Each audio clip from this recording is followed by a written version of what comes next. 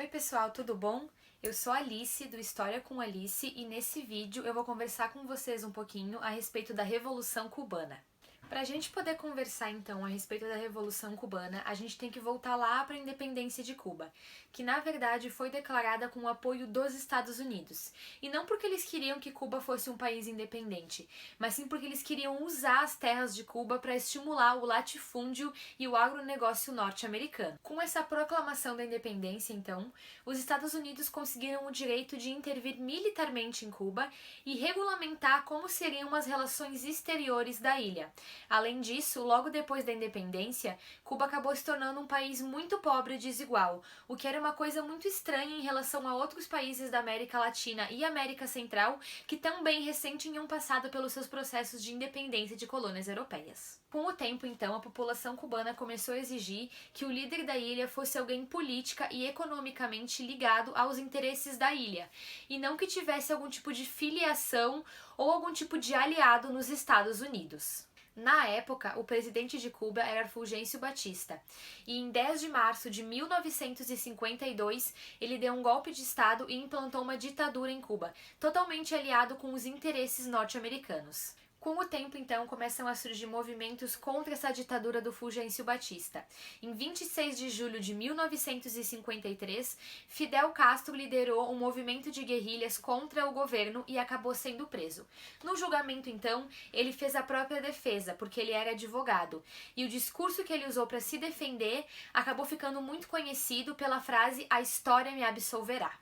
Mesmo com a sua autodefesa, então, ele foi acusado e, como pena, ele recebeu o exílio. Então, ele e o irmão dele se exilaram no México e no México eles conheceram um médico recém-formado que vinha lutando pelos direitos e pelo fim da desigualdade da América Latina, o Ernesto Che Guevara. No México, então, o Fidel Castro, o Raul Castro e o Che Guevara organizaram um movimento de guerrilhas chamado Movimento 26 de Julho para retornar a Cuba e tirar o poder das mãos de Fulgêncio Batista.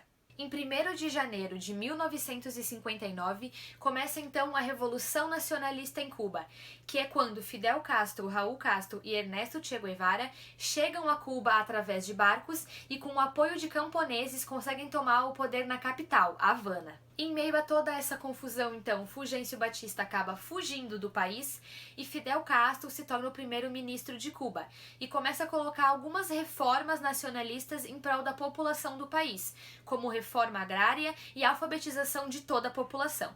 Com a fuga de Fulgêncio Batista, então, começou uma série de tensões entre Cuba e os Estados Unidos, e procurando um apoio para se defender de possíveis ataques, Fidel Castro acaba se aliando ao bloco econômico contrário aos Estados Unidos e declara que Cuba é uma nação comunista. Depois de um tempo, então, dessa aliança de Cuba e a União Soviética, alguns mísseis soviéticos são instalados na ilha.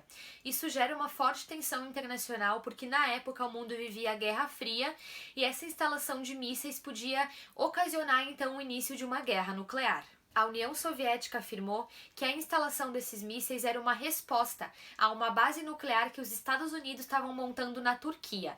E mesmo essa base nunca tendo sido ativa, eles acabaram instalando os mísseis próximo dos Estados Unidos em caso de ataque. Depois de 13 dias de conflitos e tensões, os Estados Unidos e a União Soviética finalmente entraram em um acordo.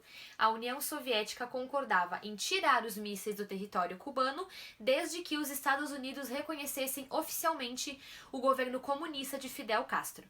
Esse episódio, então, ficou conhecido como a Crise dos Mísseis e também faz parte desse período da Revolução Cubana. Para finalizar, então, eu queria lembrar vocês que esse período, que vai desde as guerrilhas de Fidel e Che Guevara até o reconhecimento por parte dos Estados Unidos de que Cuba tem um governo comunista, é o que a gente chama na história de Revolução Cubana. A Revolução Cubana é um conteúdo cobrado frequentemente no Enem e nos vestibulares, embora não seja muito abordado na escola no ensino médio. Eu espero que vocês tenham gostado desse vídeo e até a próxima!